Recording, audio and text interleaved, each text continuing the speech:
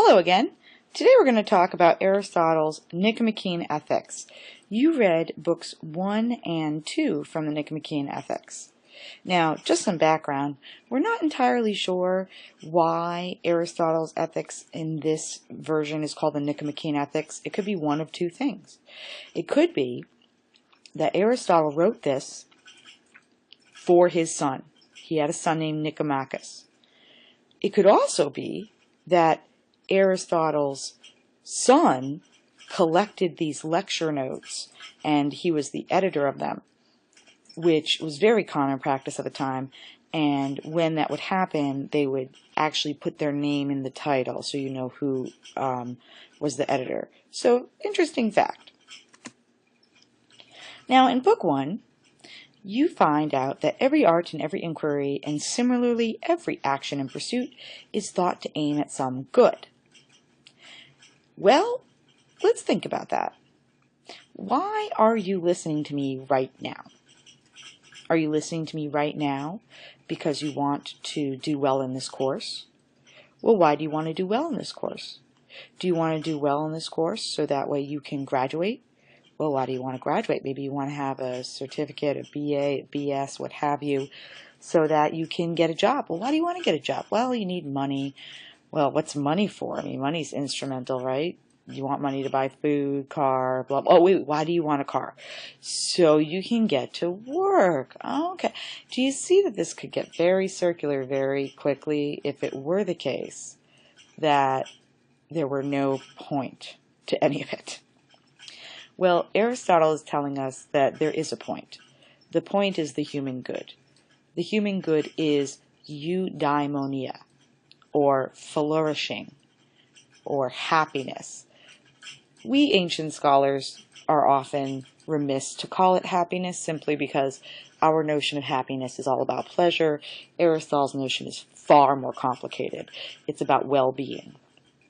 Well, Aristotle says every art and every inquiry and every action has some aim, has a telos, T-E-L-O-S, the Greek word for an end. That's where we get words like teleology, T-E-L-E-O-L-O-G-Y, the study of ends or pursuits. And sometimes sciences can be teleological. For example,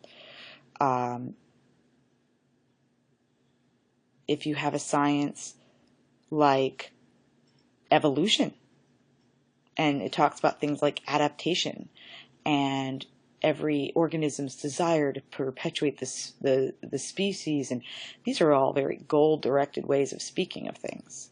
So teleology is a bigger word that applies to lots of things, but Aristotle is going to give us a lesson in it in the first book of the Nicomachean Ethics.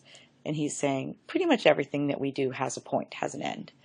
And sometimes the point or the end, the telos, is also an instrument to getting some other end. Just like listening to this lecture is an instrument to doing well in the course, and doing well in the course is an instrument to getting a degree. However, Aristotle thinks it cannot be possible, it cannot be the case, that everything that is good is only good instrumentally. Why? Well, then you would get what we call an infinite regress. If it were only the case that A is good because it brings B, and B is good because it brings C, and C is good because it brings D, and this went on and on forever, nothing would actually be good, because it would all depend on something that depends on something just like it to be good, infinitely many times. So Aristotle says that would be absurd, that would be crazy. We know some things are good. If everything were instrumentally good, then nothing would be good, so that's absurd. That's what we call a reductio ad absurdum, that kind of argument where you show that your opponent's view, and in this case the opposition is that everything's just an instrumental good, which Aristotle does not believe. You assume that to show that something crazy follows from it, to disprove it. Well, Aristotle believes that there is a human good, and it's going to be flourishing, eudaimonia, happiness, because all of the things we do, even if they are instrumental goods, and you say, why? Why are you listening to this lecture? Why do you want to get a good grade? Why do you want to have a degree? You get to something like, why do you want to be happy? And you realize the question is stupid. The question is stupid. Why do you want to be happy? It's self-evident to us, isn't it? Isn't it instinctual that humans just want to be happy? If someone were to ask you, in all sincerity, why do you want to be happy? You would be convinced instantly that they must not know the meanings of the words that they're using, because that question is nonsense. Because happiness is good. It's what humans want. It is the human good. Now, Aristotle has a very detailed view of what makes something good. Plato, as you recall from the Republic, believed that there was a form of the good, or a universal of the good. Aristotle, of course, is going to reject this. He often rejects what Plato says. So Aristotle says a thing is good when it fulfills its characteristic function well. So a good flute player is one who plays the flute well. So something is good if it does what it's supposed to do well. Scissors are good if they cut well. A guitar is good if it can be played well. Well, what are humans for? What is the function? What is the telos? What is the purpose of a human being?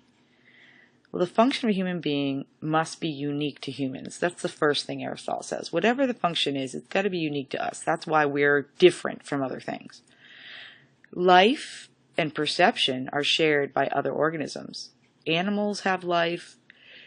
Worms have life. Dogs, cats, birds can perceive. So it can't be the case that our job, our goal in life is to just perceive things. Reason, however, says Aristotle, is unique to the human being. The human being is the rational animal. Well, then maybe that's what we're supposed to do. Supposed to is kind of understood as it's natural. It's what we're made equipped to do. So rational activity is the function of the human being, says Aristotle. The human good is going to consist of excellent rational activity. Now, it's important to understand that Aristotle also believed that there were two aspects of rationality: theoretical reason and practical reason. Theoretical reason tries to figure out the way the world is. So a good rational mind would have good beliefs that are reflective of reality. However, practical reason is the part of reason that helps us to decide what to do. So a good human being is going to do the right thing and is going to calculate well and successfully on how to get the best good. So the human good is going to consist of activity in accordance with virtue. Virtue just is Aristotle's word for something fulfilling its function very well, for something's flourishing, for something's eudaimonia. And human virtue, of course, is going to be related to the function of the human being. I just explained that the function of the human being is to reason, and that reason has two ways of being. Reason can try to understand the way things are. Reason can also try to figure out what we ought to do. And therefore, activity in accordance with virtue is just going to be acting with good sense and believing with good sense, believing with evidence and logic. So a virtue is a state of character, a steady disposition to act, think, and feel in particular ways for Aristotle. So if one man is virtuous, that person has a character of virtue. That person has learned through experience, don't forget Aristotle is an empiricist, has learned through experience to take pleasure in the right things, to take pain in the right things, and has grasped the universals of good and evil, and grasped the universals of intellectual objects, and is able to apply all of those skills regularly to have a happy, fulfilling life. Virtues direct us to choose the mean between extremes. Now here, Aristotle is talking about the virtues of character, or the practical virtues. Virtues direct us to choose the mean between two extremes, avoiding both excess and defect. Now this very claim is explained in a handout online called the Table of Virtues. So I encourage you, if you'd like, to pause this lecture right now and go look at that. The Table of Virtues is a table of virtues of character, moral virtues. There are also intellectual virtues, those are different, but moral virtues are virtues we develop through habit of acting the way a virtuous person would do, and the virtuous person knows what is good, does what is good, and takes pleasure in the right way about doing the good. This is different from somebody who Aristotle calls a continent person. A continent person is similar to the virtuous person and might even look just like him on the outside, because the continent person knows what is the right thing to do, and the continent person brings himself to do the right thing. However, the continent person is either reluctant to do the right thing or does the right thing for not the best reasons. Most people are continent most of the time, I would say. Now, one step below that is incontinence. Incontinence is the state of character where you know the right thing and you're weak-willed and you just can't bring yourself to do it. You know, maybe you deliberated and said, and this is a little autobiographical, I do confess, today I ought to exercise. Exercise is good for me. It makes me happy. It gives me endorphins. I really need to, stretch out my back. I'm going to go to the gym. Yeah, I'm going to go to the gym. So I get all ready and I put on my shoes and I've got my gym bag. And then I remember that there's a really interesting episode of Law and Order on today.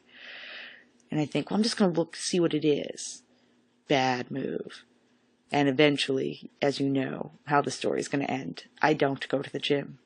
But I know it's better for me. I could DVR this episode. It's very easy to do. But I was weak. So that's an incontinent person, a weak-willed person, somebody who has what the Greeks called akrasia, A-K-R-A-S-I-A, akrasia. And of course, last but certainly not, well, it is the least, but it's certainly not the least interesting, is vice.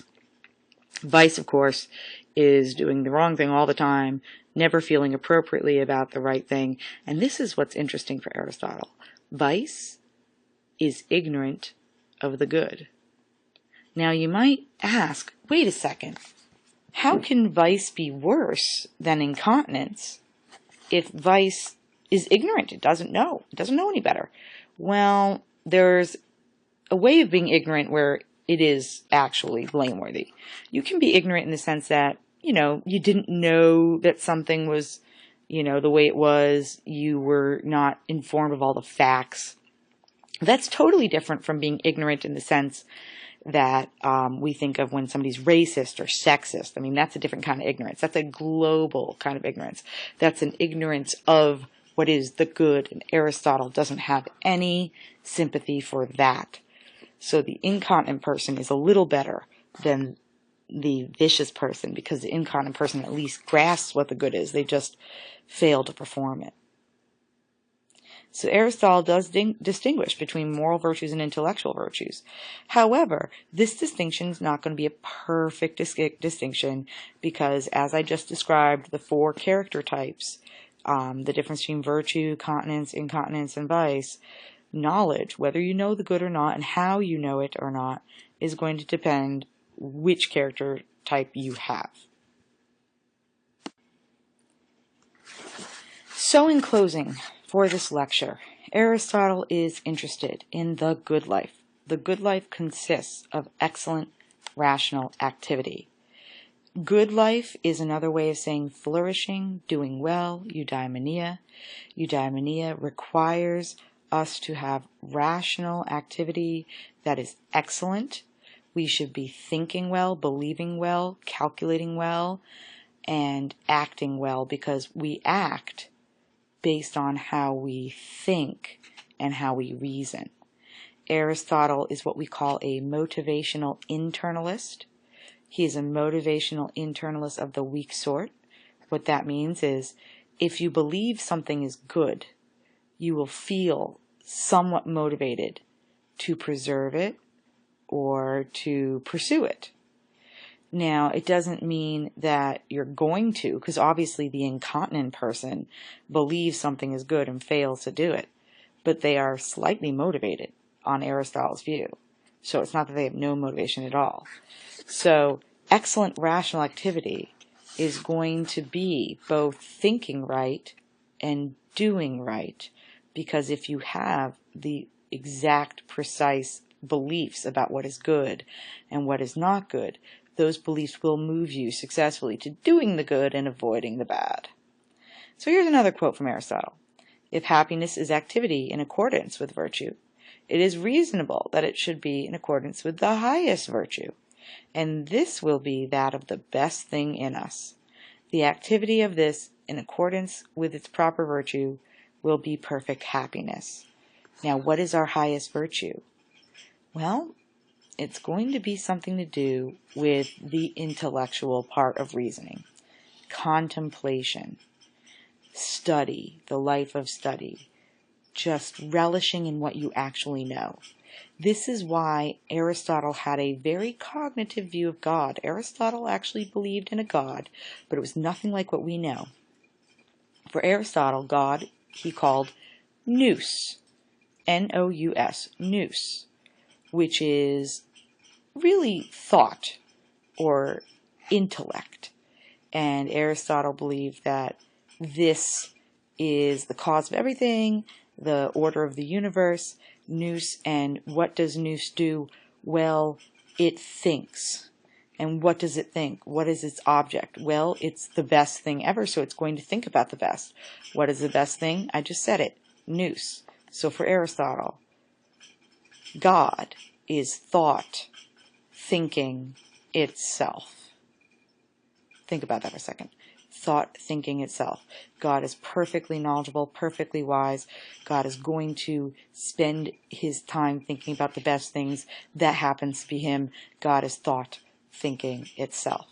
So in God's image, the human being, once the human being has learned a lot and done a lot and practiced virtue and acquired virtue, that human being is going to enjoy contemplating all of those successes. So the highest virtue is wisdom. So the best life will be a life of contemplation. Of course, it's not easy to get there. First, we have to be raised right. We have to have education. We have to be taught to take pleasure in the right things and to take pain in the wrong and the other things that are not right. We have to develop habits. We have to do something and then become accustomed to it. When we become accustomed to it, we like it more. When we like it more, we're more inclined to do it. Whenever we do it, we become more accustomed to it, which makes us like it. And if we like it, we do it. And this goes on circularly until you have a habit. And a habit grounds your character. And when you have a habit to think well and to act well, and it's so reinforced, then you can actually get to the point where you are wise. And you can just relish in the success that you have because you are happy. You are flourishing.